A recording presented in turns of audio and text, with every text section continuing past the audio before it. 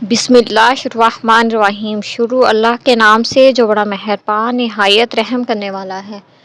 دوستو، آج کا واقعہ ہے حابیل اور قابیل کا۔ قابیل نے حابیل کو کیوں قتل کیا تھا اور اسے کیسے دفنایا تھا؟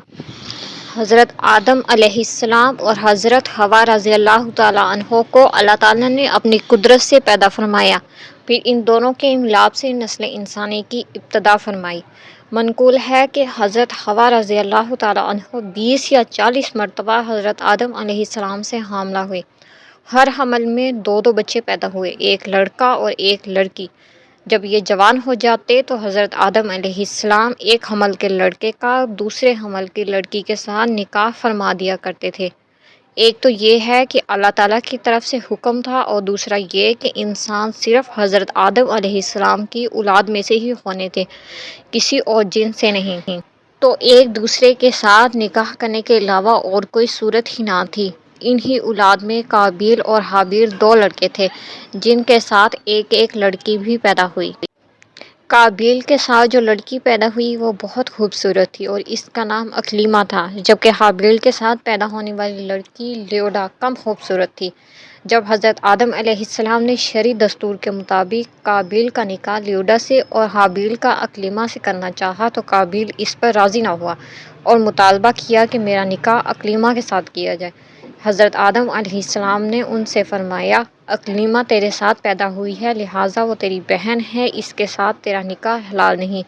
قابیل کہنے لگا، یہ تو آپ علیہ السلام کی رائے ہے، اللہ تعالیٰ نے یہ حکم نہیں دیا۔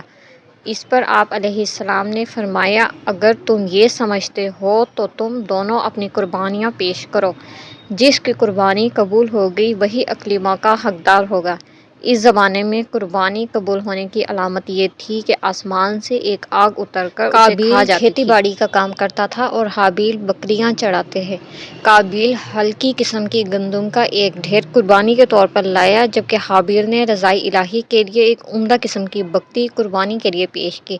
پھر گندم اور بکری کو پہاڑ پر رکھ دیا گیا۔ اس کے بعد حضرت آدم علیہ السلام نے دعا فرمائی تو آسمان سے آگ نازل ہوئی، اس نے حابیل کی قربانی کو لے لیا اور قابیل کی گندم کو چھوڑ دیا۔ یوں حابیل کی قربانی قبول ہو گئی اور یہی اکلیمہ کے حقدار قرار دیے۔ حابیل کی قربانی قبول ہونے پر قابیل کے دل میں بغض و حسد پیدا ہوا، اور جب حضرت آدم علیہ السلام حج کے لیے مکہ مکرمہ تشریف لے گئے تو قابیل نے حابیل سے کہا، میں تجھے قتل کر دوں گا۔ حابیل نے کہا، کیوں؟ قابیل نے کہا، اس لیے کہ تیری قربانی قبول ہوئی اور میری قبول نہ ہوئی۔ اس طرح تو اکلیمہ کا مستحق ٹھہرا، لیکن اس میں میری ذلت ہے۔ حابیل نے جواب دیا کہ اللہ تعالیٰ صرف ڈرنے والوں کی قربانی قبول فرماتا ہے۔ حابیل کے اس قول کا مطلب یہ تھا کہ قربانی کو قبول کرنا اللہ تعالیٰ کا کام ہے، وہ متقی لوگوں کی قربانی قبول فرماتا ہے۔ تو متقی ہوتا تو تیری قربانی قبول ہوتی، اب اگر تیری قربانی قبول نہیں ہوئی تو یہ تیرے خود کے افعال کا نتیجہ ہے، اس میں میرا کوئی قصور نہیں۔ اگر تو مجھے قتل کرنے کے لیے میری طرف ہاتھ بڑھائے گا تو میں تجھے قتل کرنے کے لیے ایسا نہیں کروں گا، کیونکہ میں نہیں چاہتا کہ میری طرف سے ابتدا ہو، حالانکہ میں تجھ سے زیادہ طاقتور ہوں، اور یہ صرف اس لیے کہ میں اللہ تعالیٰ سے ڈرتا ہوں اور یہ چاہتا ہوں کہ گناہ گار نہ بنوں، بلکہ میرے قتل کا گناہ اور تیرا سابقہ گناہ یعنی والد کی نافرمانی، حسد اور خدائی فیصلہ کو نہ ماننے کا سارا گناہ تیرے اوپر ہی پڑے۔ حابیل کو قتل کرنے کے بعد قابیل حیران و پریشان ہوا کہ اب اس لاش کو کیا کرے، کیونکہ اس وقت تک کوئی انسان مرا ہی نہ تھا۔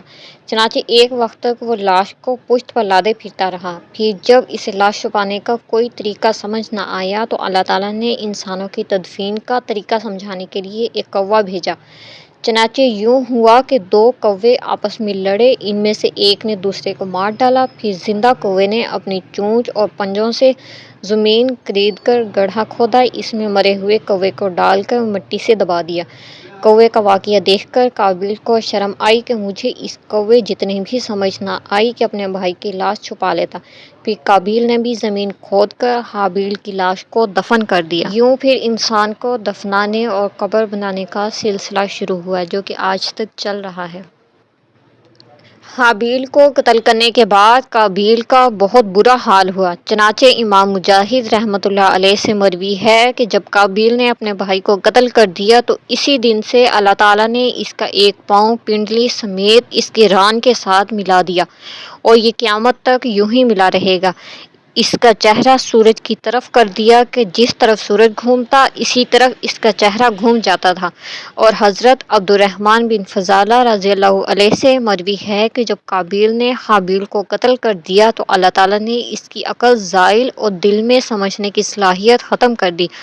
یہ اسی طرح رہا یہاں تک کہ مر گیا۔ قابیل کا آخرت میں عذاب بھی بہت سخت ہوگا، جیسا کہ حضرت عبداللہ رضی اللہ عنہ سے روایت ہے، رسول اللہ صلی اللہ علیہ وسلم نے ارشاد فرمایا، کسی جان کو ظلماً قتل نہیں کیا جاتا مگر اس کے خون ناحق میں حضرت آدم علیہ السلام کے پہلے بیٹے کا حصہ ضرور ہوتا ہے، کیونکہ اس نے پہلے ظلماً قتل ایجاد کیا۔ اس سے معلوم ہوا کہ قیامت کے دن قابیل کو قتل کے گناہ کی سزا ملے گی، اور ان قاتلین کے گناہ قتل کی سزا بھی ملے گی جو قیامت تک کسی کو ناحق قتل کر کے جان سے ماریں گے۔ اگر آپ کو میری ویڈیو اچھی لگے تو لائک اور سبسکرائب کر دیں۔ آپ سب کا بہت بہت شکریہ۔ جزاک اللہ۔